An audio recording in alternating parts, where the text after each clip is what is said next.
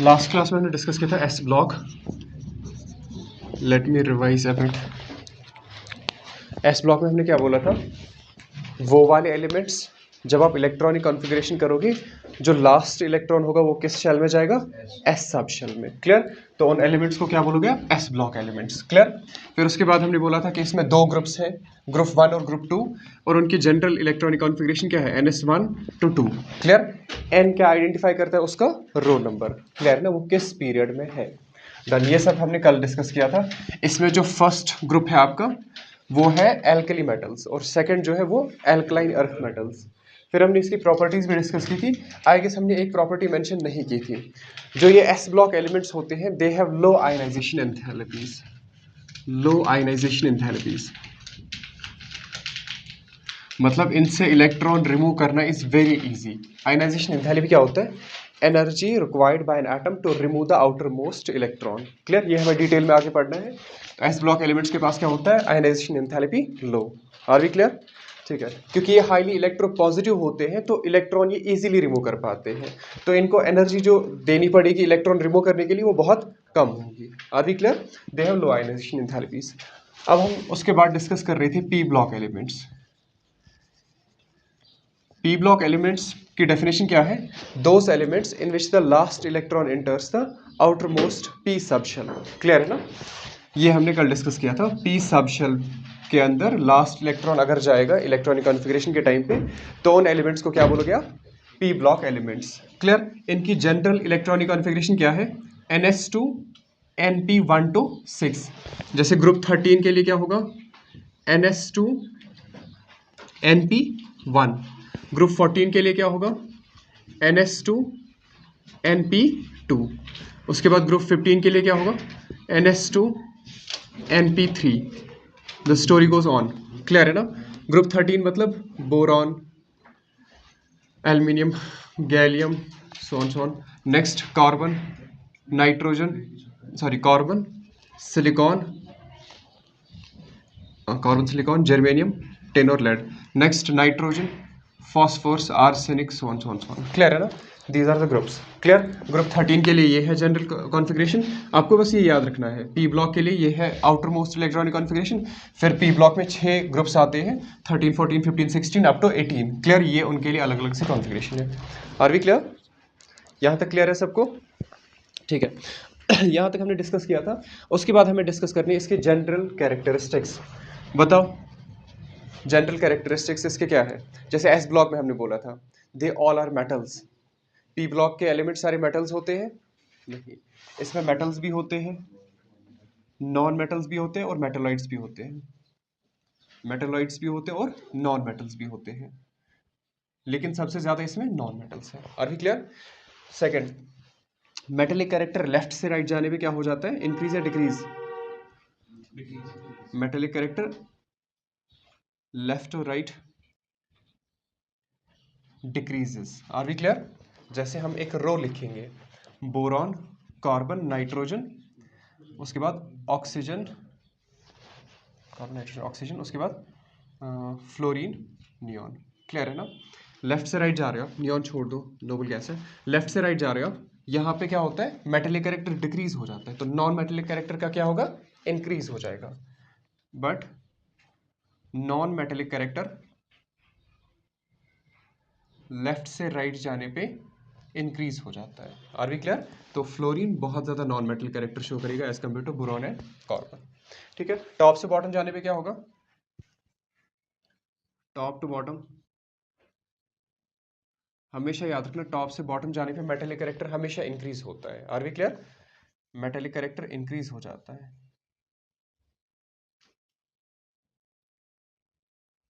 Are we clear?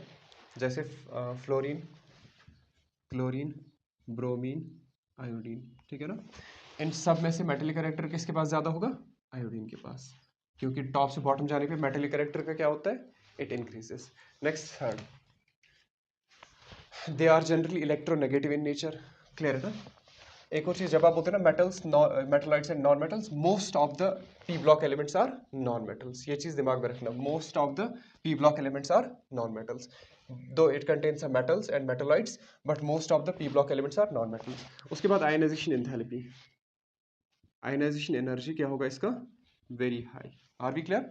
Non metal से electron remove करना is very very difficult process. Clear है ना? Non metals की प्रॉपर्टी क्या होती है, इलेक्ट्रॉन गेन करने की, इलेक्ट्रॉन नेगेटिव बनाने की।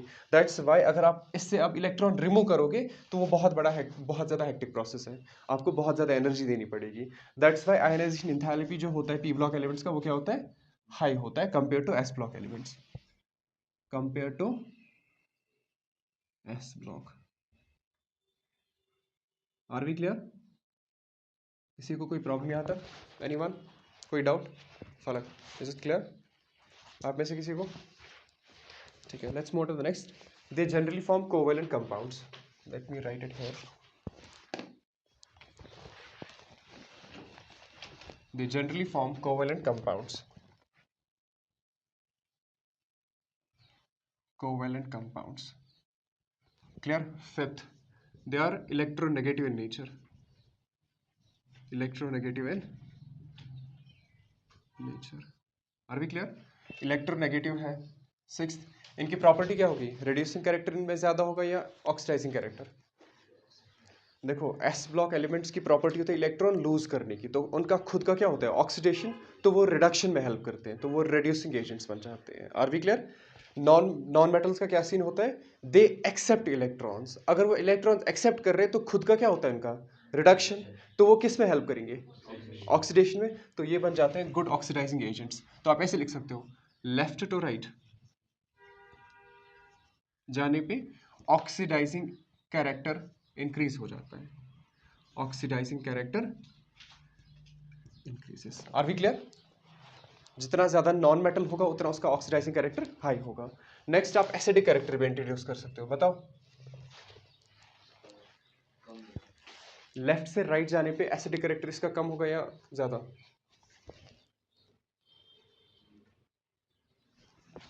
एसिड्स क्या होते हैं? अच्छा, मगर आप लोगों ने वो डेफिनेशन नहीं पढ़ी है, लीव दिस फॉर नाउ। ये हम पढ़ेंगे इक्विलिब्रियम में।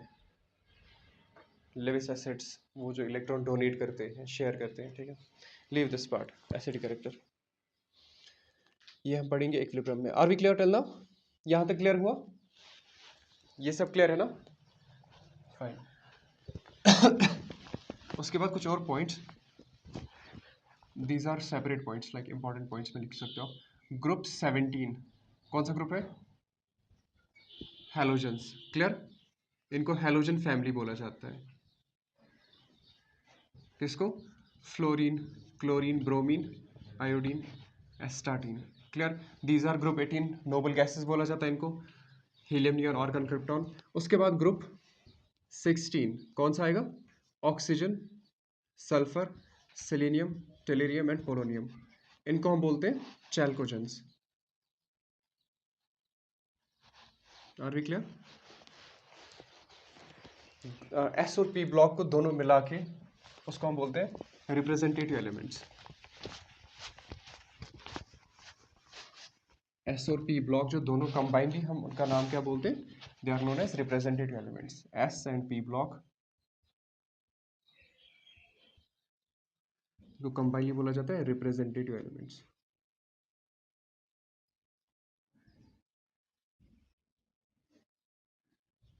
Clear? You may want to add, they show fixed oxidation states except for few elements. Clear?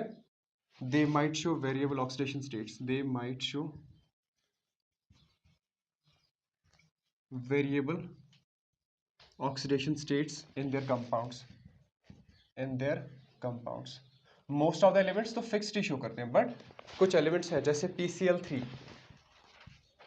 PCl5, यहाँ पे इसका ऑक्सीडेशन स्टेट है 3 और यहाँ पे ऑक्सीडेशन स्टेट 5। ऑक्सीडेशन स्टेट होता है कि अगर आप जो साइड के जो ग्रुप्स हैं उनको रिमूव करोगे एज आयंस, इसको अगर आप रिमूव करोगे एज आयन तो ये कैसे रिमूव होगा, Cl negative, Cl negative, Cl negative. Phosphorus पे चार्ज क्या आएगा, 3 +3।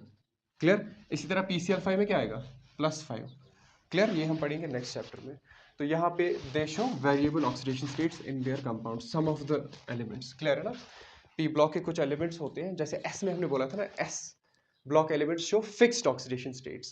पी ब्लॉक एलिमेंट्स में कुछ एलिमेंट्स ऐसे हैं जो क्या करते हैं, वो वेरिएबल ऑक्सीडेशन स्टेट शो करते हैं। क्लियर? जैसे हम हमेशा बोलते हैं कि नाइट्रोजन कितने बॉन्ड्स बनाता है, वो हमेशा 3 बॉन्ड्स बनाता है। क्लियर है ना? Are we clear? नाइट्रोजन हमेशा 3 बॉन्ड्स बनाएगा। बट फॉस्फोरस क्या है, फॉस्फोरस भी उसी ग्रुप में आता है, नाइट्रोजन फॉस्फोरस, ये भी 3 ही बॉन्ड्स बनाना चाहिए, बट ये कभी 5 बॉन्ड्स भी बनाता है। Are we clear? That's what we call variable oxidation states. Are we clear? ये समझ आया? ठीक है, डन। उसके बाद डी ब्लॉक एलिमेंट्स में चलिए।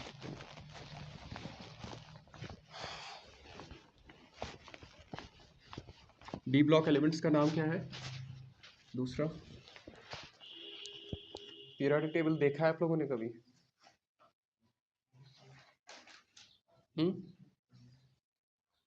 पीरियोडिक टेबल देखा है कभी? डी ब्लॉक एलिमेंट्स कैसे डिफाइन करोगे इसको, आप बताओ? डी ब्लॉक एलिमेंट्स को कैसे डिफाइन करोगे?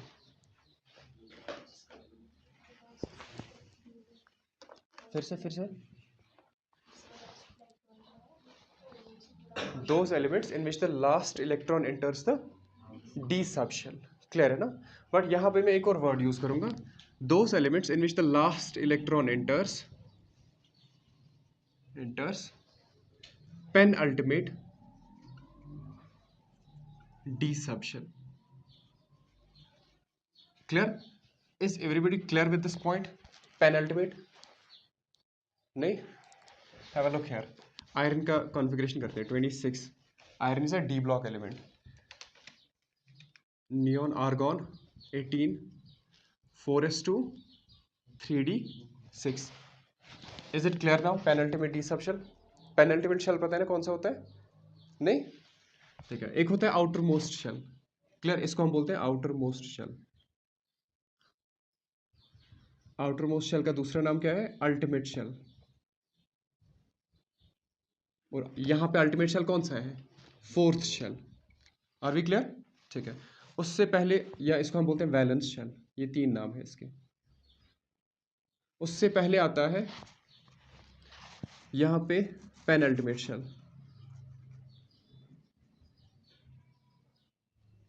पेनल्टिमेट शेल और प्रिवैलेंस शेल। तो प्रिवैलेंस शेल इस ग्रुप के लिए क्या होगा? n=3। क्लियर है ना? लास्ट शेल इसका कौन सा है? फोर्थ। बट इलेक्ट्रॉन किस में जाता है? पेनल्टिमेट शेल में। क्लियर है ना? लास्ट इलेक्ट्रॉन किस में जाता है? डी सब शेल में तो जाता है, लेकिन वो डी सब शेल क्या है? Penultimate shell. Are we clear now? Is this part clear now? ठीक है, तो इसलिए हमने लिखा those elements in which the last electron enters penultimate D सब shell. Are we clear now?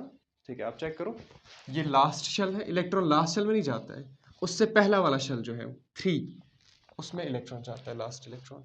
Are we clear? ठीक है, दैट्स द डेफिनेशन पार्ट। उसके बाद डी ब्लॉक में कितने ग्रुप्स हैं? D block has 10 groups. कहां से लेके कहां तक? ग्रुप 3 टू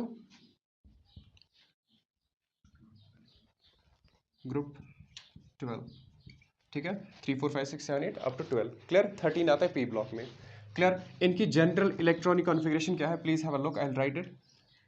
एक तो है n-1 d 1 to 10, और उसके बाद ये मैं यहाँ पे लिखता हूँ ns 1 to 2।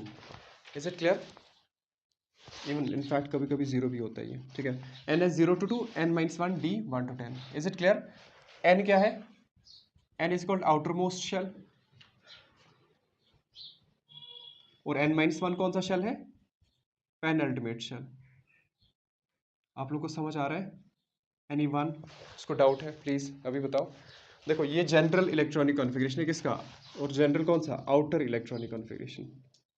Outer electronic configuration. Suppose आप आयरन का ही देख लो, n क्या है? n is the outermost shell और पीरियड नंबर, और पीरियड नंबर, पीरियड नंबर मतलब रो नंबर उसका। आयरन का चेक कर लो, आयरन किस रो में आता है?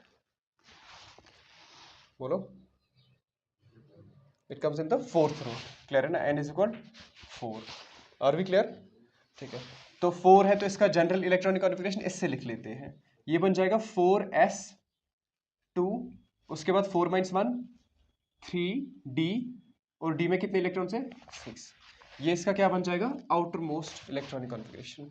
Are we clear? Last shell में 2 इलेक्ट्रॉन्स फिल करके हैं और जो पेनल्टीमेट शेल है उसमें लास्ट का इलेक्ट्रॉन जाता है। क्लियर है ना? तो आयरन का ये होगा। आयरन इससे पहले क्या होगा आर्गन, वो छोड़ दो, हम बात कर रहे हैं आउटर इलेक्ट्रॉनिक कॉन्फ़िगरेशन की। अच्छा, हम बार बार आउटर इलेक्ट्रॉनिक कॉन्फ़िगरेशन क्यों बोल रहे हैं? Why not inner configuration?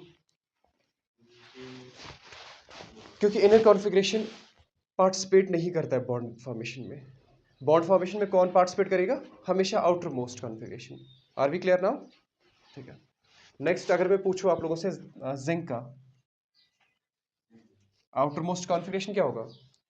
Zinc आता है ग्रुप नंबर 12 में। ग्रुप नंबर 12 का जो कॉन्फ़िगरेशन है वो यही है, NS2, और उस टाइम पे N-1 D10 होगा। क्लियर है ना? तो N क्या है इसका? अगेन 4, तो वो बन जाएगा 4s2 3D10। Are we clear? This will be the configuration of zinc. Are we clear with this? ये समझ आ रहा है? कोई है जिसको किसी भी पार्ट में डाउट है? कहाँ पे? ये वाला, ये 4 ये 3 कहाँ से आया? आयरन 4th रो में आता है। अगर आप देखोगे ध्यान से, हाइड्रोजन, लिथियम, सोडियम, पोटेशियम, ठीक है, उसके बाद बेरिलियम, मैग्नीशियम, कैल्शियम, यहाँ से आता है ये scandium, titanium, vanadium, chromium, manganese, iron. Clear? किस रो में है ये? अब 4th रो में, तो इसका एन क्या होगा? एन पीरियड नंबर होता है ना, तो वो 4 होगा इसका। क्लियर? हमने बोला कि इसका जनरल इलेक्ट्रॉनिक कॉन्फ़िगरेशन पूरे डी ब्लॉक एलिमेंट्स का ये है, NS0 to 2 N-1 D1 to 10। Clear? अब ये किस वाले ग्रुप में आता है? 3 4 5 6 सॉरी 3 4 5 6 7 8। क्लियर है ना? या अगर आप डी ब्लॉक का देखोगे, डी ब्लॉक के लिए पर्टिकुलरली, डी ब्लॉक में कौन सा ग्रुप है इसका? 1 2 3 4 5 6। क्लियर है ना? तो N-1 D में कितने इलेक्ट्रॉन्स होंगे? 6। क्लियर है ना? वही मैंने यहाँ पे लिखा, 4-1 3 3D 6। S में कितने इलेक्ट्रॉन्स होंगे? 2। वी नो यहाँ पे एक्सेप्शन है क्रोमियम और कॉपर का। क्लियर? 24 और 29 का एक्सेप्शन है इस केस में। बाकियों में क्या होता है? सपोज ये वाला देख लो। क्लियर? इसमें ऑलरेडी ये वाला पार्ट स्टेबल है, ये स्टेबल नहीं है उतना। कैसे? 50% से ज़्यादा है। इट मस्ट बी 50% और 100%। क्लियर? ये स्टेबल नहीं है, ये स्टेबल है। अब अगर आप इसको भी यहाँ से शिफ्ट करोगे तो ये थोड़ा सा अनस्टेबल होगा, क्योंकि 100% से ये 50% में आ जाएगा। क्लियर है ना? तो उससे बेटर है कि इसको ऐसे ही रखो 100%। क्रोमियम और कॉपर में ऐसा नहीं होता है। हाँ जी, कुछ बोलना है? जल्दी बताओ, बोलो। ये समझ नहीं आ रहा है? आया? जिंक आता है ना? फलक, इज देयर एनी प्रॉब्लम? अरे बता दो प्लीज, बोलो। ज़हर पर क्यों करना पड़ रहा है डाउट्स के लिए? हाँ, क्रिप्टॉन का 36। Are we clear till now? ठीक है। नेक्स्ट, डी ब्लॉक में 4 ट्रांजिशन सीरीज है। डी ब्लॉक के 4 रोज हैं। क्लियर? एक तो है N4, N5 है ना, बहुत सारे हैं, लिख रहा हूँ ना यहाँ पे। ठीक है, कितनी सीरीज है इसमें? 4 सीरीज है। देखो, डी ब्लॉक एलिमेंट्स का दूसरा नाम क्या है? Transition elements. ट्रांजिशन एलिमेंट्स या ट्रांजिशन मेटल्स, क्योंकि ये सारे मेटल्स होते हैं और हार्ड मेटल्स होते हैं। जो फर्स्ट रो होता है इसका हम दूसरा नाम बोलते हैं 3D सीरीज, क्योंकि इसमें ग्रेजुअली आप कौन सा ये सब शेल फिल कर रहे हो? 3D। क्लियर? जो N5 होता है इसको हम बोलते हैं 4D सीरीज, इसको 5D series, and this one 6D series. किसी को यहाँ तक दिक्कत? यहाँ तक किसी को प्रॉब्लम? ठीक है, late me right the elements. एक तो स्कैंडियम, स्कैंडियम 21 से जिंक 30 तक। क्लियर है ना? नेक्स्ट यट्रियम से, यट्रियम एटॉमिक नंबर इसका 39, तो cadmium 48। Clear? Next 5D series में क्या आएगा?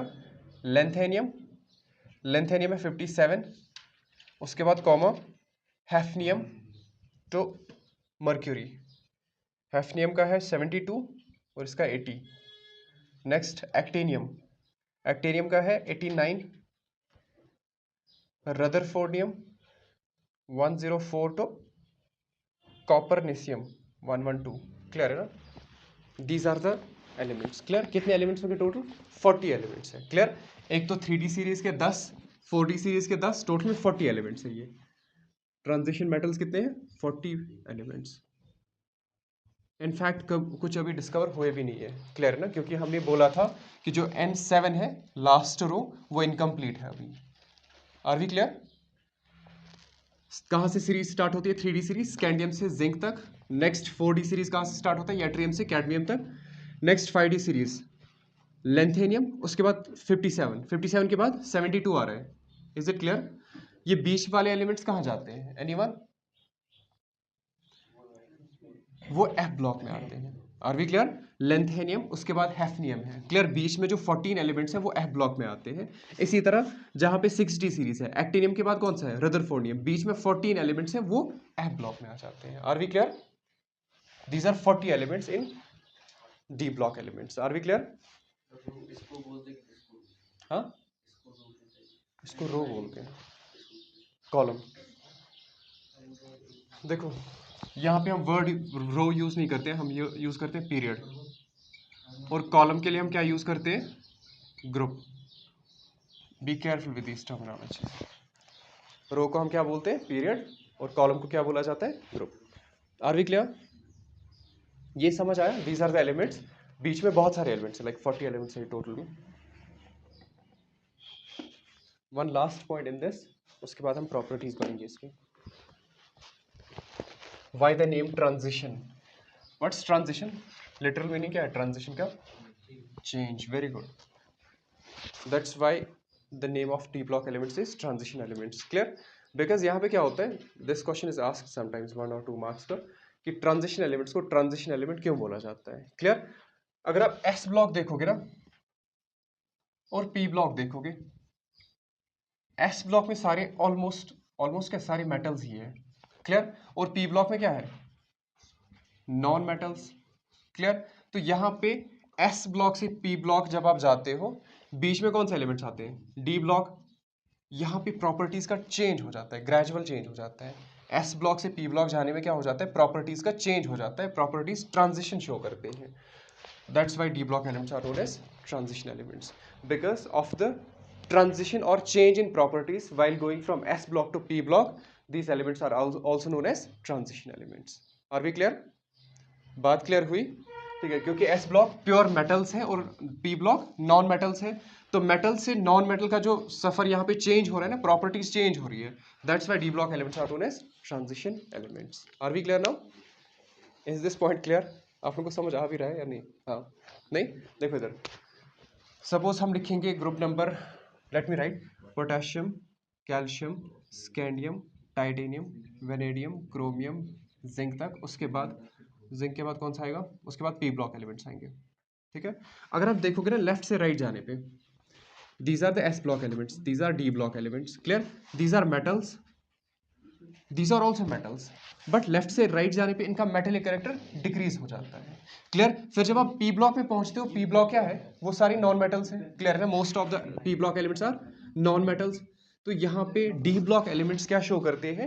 मेटेलिक कैरेक्टर या मेटेलिक प्रॉपर्टीज में ट्रांजिशन शो करते हैं, चेंज शो करते हैं। That's why the name transition. Are we clear? Done with this? ठीक है, now the properties of D block elements.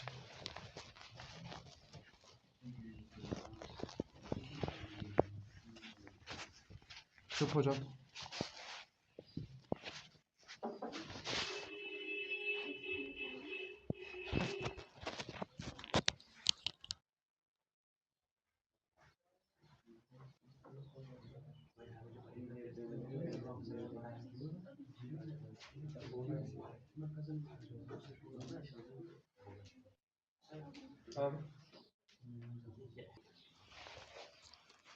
Properties of D block elements. First, sir एक question they are metals. हाँ जी।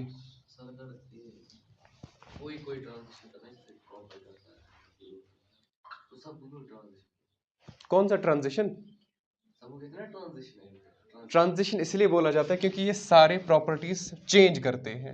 Like left से right जाने पे metallic character change हो जाता है, इलेक्ट्रॉन नेगेटिविटी का कैरेक्टर चेंज हो जाता है। इन सब एलिमेंट्स को ट्रांजिशन एलिमेंट्स बोला जाता है। वो जो आप बोलते हो ना वो वाला ट्रांजिशन, वो ट्रांजिशन नहीं है, वो वाला मतलब इसके साथ आप रिलेट कर रहे हो, that's something different. Any questions? ठीक है, तो first they are all metals, clear है ना, और ये हार्ड मेटल्स होते हैं। हार्ड मेटल जैसे गोल्ड, सिल्वर, प्लैटिनम, आयरन, ठीक है, कॉपर, जिंक। कुछ सॉफ्ट भी होते हैं but generally they are hard metals. इनका melting point boiling point high होता है। Melting point and boiling point high, clear. Next, they form coloured compounds, they form coloured compounds, clear. Example,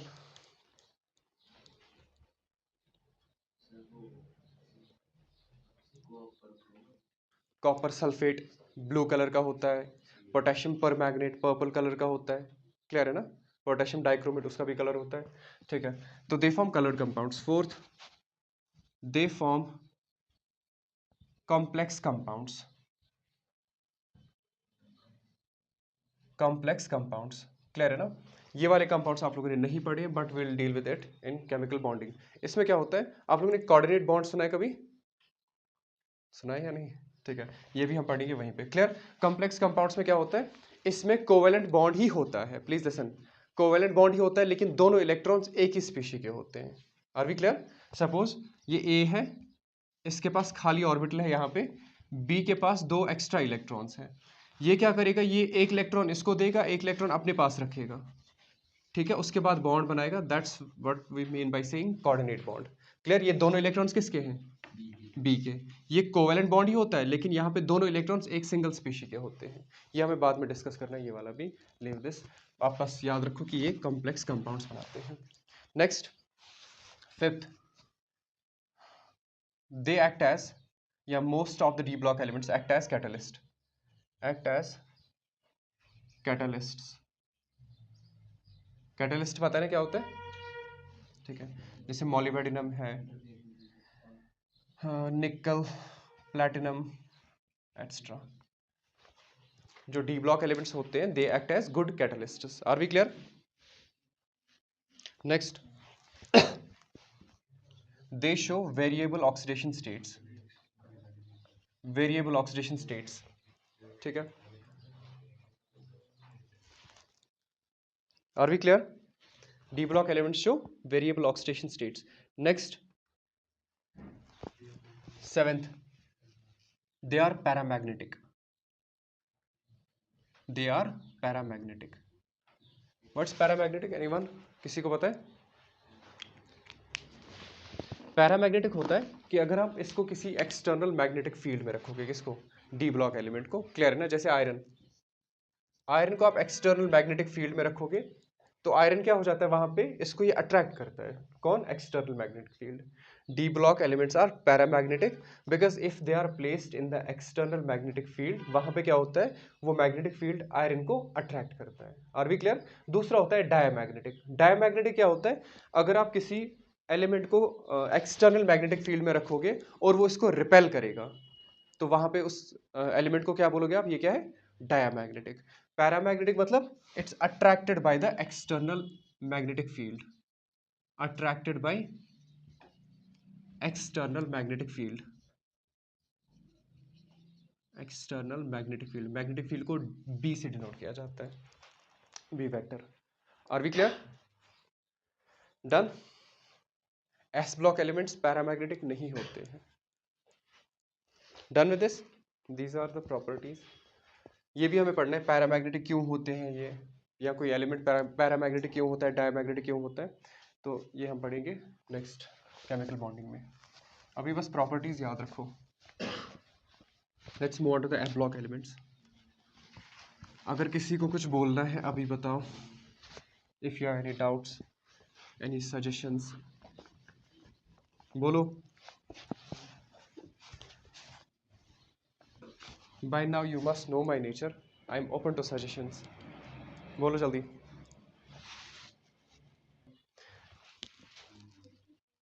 Please have a look. F block elements. F block elements. This is how you define F block elements. ठीक है. In which the last electron enters in anti-penultimate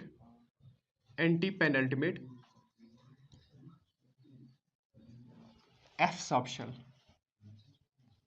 Are we clear? Anti-penultimate F subshell. पहला shell जो outermost shell होगा उसको हम बोलते हैं ultimate shell. उसके बाद एंटी पेनल्टीमेट शेल. सॉरी, पहला अल्टीमेट शेल, उसके बाद पेनल्टीमेट शेल, और उससे पहला जो होगा anti penultimate shell. Is it clear? Last shell को हम बोलते हैं ultimate shell. Last but one जो होगा उसको हम बोलते हैं penultimate shell. Last but two जो होगा उसको क्या बोला जाता है? Anti penultimate shell. तो एफ सब शेल में इलेक्ट्रॉन जाता है, लेकिन वो कौन सा शेल होता है? Anti penultimate shell. ठीक है ना? Anti penultimate F subshell. तो इसका जनरल इलेक्ट्रॉनिक कॉन्फ़िगरेशन लिखते हैं. This is how the general electronic configuration goes. Suppose electron row number n में है, रो n है, सॉरी ये एलिमेंट. सपोज हम बात करेंगे यूरेनियम की. यूरेनियम का क्या आता है? पीरियोडिक टेबल पे देख लो, 92 है उसका. 92 आएगा आई गेस 7th में. n is equal 7. क्लियर है ना? Have a look. इसका n 7 है, तो अगर आप इसका जनरल आउटर इलेक्ट्रॉनिक कॉन्फ़िगरेशन लिखोगे तो कैसा दिखेगा? आपको करना है n-2 F, ठीक है, उसके बाद n-1 D, और उसके बाद ns. क्लियर है ना? लास्ट इलेक्ट्रॉन इस n-2 F सबशेल में जाता है. Are we clear? समझ आई बात? ये आपका आउटर मोस्ट शेल है, ये कंप्लीटली फिल्ड होता है. ns1 और 2, ns2 होता है हमेशा कंप्लीट. और यहाँ पे जो n-1 D होता है इसमें 0 या 1 इलेक्ट्रॉन्स होते हैं. क्लियर? और n-2 जो F होता है वो 1 से लेके 14 तक आप ग्रेजुअली फिल करते हो. किस केस में? F ब्लॉक एलिमेंट्स में. Are we clear? यूरेनियम के लिए क्या होगा? 7-2 5F, उसके बाद 7-1 6D. यूरेनियम के लिए मैं लिख रहा हूँ, वो होगा 5F, फिर कुछ होगा यहाँ पे, उसके बाद 6D, और उसके बाद 7S2. Are we clear? Uranium के लिए जनरल इलेक्ट्रॉनिक कॉन्फ़िगरेशन ये होगा. Are we clear? बात समझ आ रही है? लास्ट इलेक्ट्रॉन कहाँ पे जाता है? एंटी पेनल्टीमेट एफ सबशेल में. पहले ये फिल होगा, उसके बाद ये फिल होगा, और उसके बाद लास्ट पे एफ सबशेल फिल होगा. क्लियर? इनफैक्ट अगर वो अब्बा प्रिंसिपल का वो जो डायग्राम हम बनाते हैं वहां पे भी आप देखोगे 7s पहले फिल होगा, 6D उसके बाद, फिर लास्ट पे कौन सा फिल होता है? 5F. Are we clear? बात समझ आ रही है? ठीक है. तो यहाँ पे इसका जनरल आउटर इलेक्ट्रॉनिक कॉन्फ़िगरेशन क्या है? ये वाला n-2 F1 to 14, n-1 D 0 to 1 ns2. Is it clear now? Fine. दो सीरीज है एफ ब्लॉक में, दो रोज है वहां पे. एक को हम बोलते हैं लेंथेनॉइड सीरीज, दूसरा होता है एक्टिनॉइड सीरीज. लेंथेनॉइड सीरीज क्यों बोला जाता है इसको? क्योंकि ये एलिमेंट्स लेंथेनियम के बाद आते हैं. अगर आप लोगों ने पीरियोडिक टेबल देखा होगा तो उससे फिर आप लोगों को प्रॉब्लम नहीं होगा. ये सारे एलिमेंट्स लेंथेनियम के बाद आते हैं, तो this series is known as lanthanoid series. इनके लिए n कितना होता है? 6. और नेक्स्ट जो है वो है एक्टिनॉइड सीरीज, उसमें n क्या है? 7. Are we clear? कोई डाउट किसी को? This is just the information. You have to stack up, you have to pile up, you have to understand, you have to remember. Clear है ना? इसमें कोई नहीं है वो rules like plus minus and all. This is the information you have to stack up. Fine. Next lanthanoids के लिए लिखते हैं. लेंथेनॉइड्स के लिए n कितना होता है? 6. तो यहाँ पे n के लिए 6 पुट कर दो, ये बन जाएगा 4F 1 to 14, उसके बाद 6-1 5D 0 to 1, उसके बाद यहाँ पे 6S2. अब उसके बाद एक्टिनॉइड के लिए n कितना होगा? 7. तो यहाँ पे 7-2 5F 1 to 14, उसके बाद n 7 होगा 7-1 6D 0 to 1, उसके बाद 7S2. तो ये होगा एक्टिनॉइड्स के लिए जनरल आउटर इलेक्ट्रॉनिक कॉन्फ़िगरेशन. दोनों में 14 एलिमेंट्स होते हैं, इसमें भी 14 एलिमेंट्स और इसमें भी 14 एलिमेंट्स, टोटल में 28 एलिमेंट्स. क्लियर है ना? एफ ब्लॉक में कितने एलिमेंट्स हैं अब? 28 एलिमेंट्स. Is it clear? कोई डाउट तो नहीं है किसी को? Fine. They are also known as inner transition elements. Inner transition elements.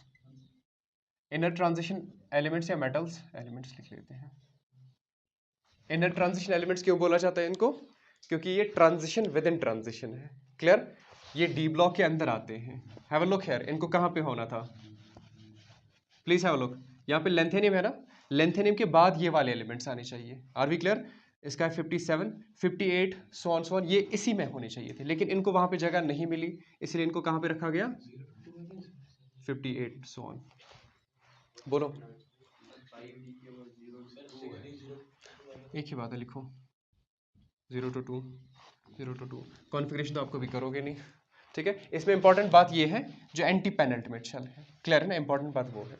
Have a look, ये ट्रांजिशन सीरीज है ना, ये जो एफ ब्लॉक एलिमेंट्स है इनका एक्चुअल जो पोजीशन है वो पीरियोडिक टेबल के अंदर होना चाहिए था, लेकिन इनकी प्रॉपर्टीज डी ब्लॉक के साथ मैच नहीं हो रही थी, इसलिए इनको कहाँ पे प्लेस किया गया?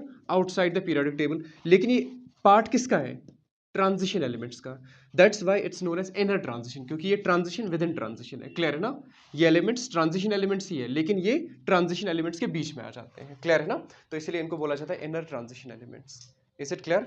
इनर ट्रांजिशन मतलब ट्रांजिशन विद इन ट्रांजिशन, ये असल में इसका पार्ट है ट्रांजिशन एलिमेंट्स का, लेकिन वहां पे जगह नहीं मिली, इनको बाहर रखा गया। That's why they are known as inner transition elements. Are we clear?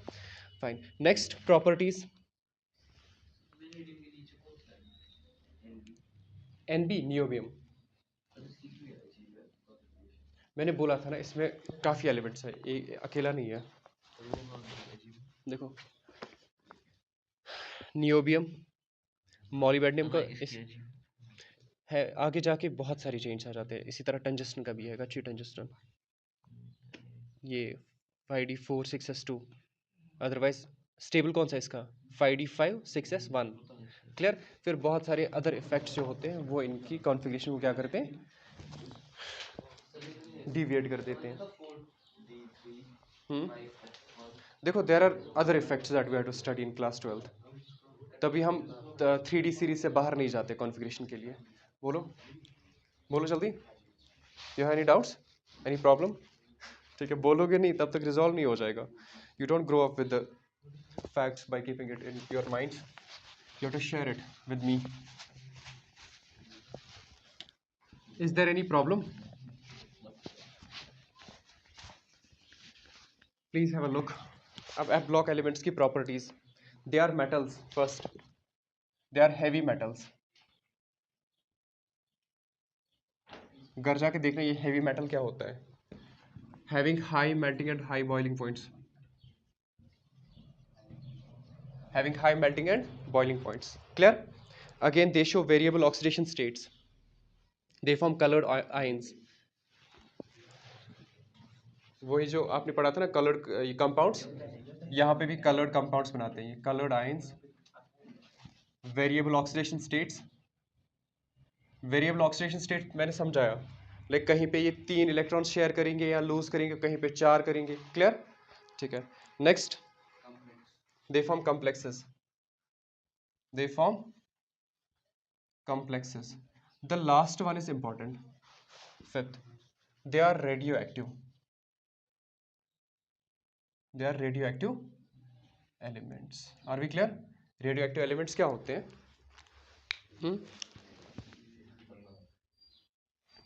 खतरनाक मतलब? Radioactive particular actinoids. 1 minute. Actinoids जैसे इसमें आएगा ना, यूरेनियम हमने बोला था ना, क्या होता है रेडियो एक्टिव? खतरनाक।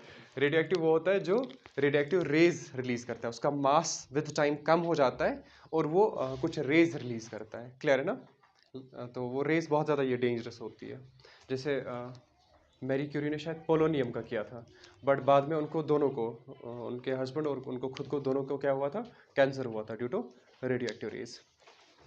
हाँ, ठीक है, will continue tomorrow. That's all from today's class. Have a nice day.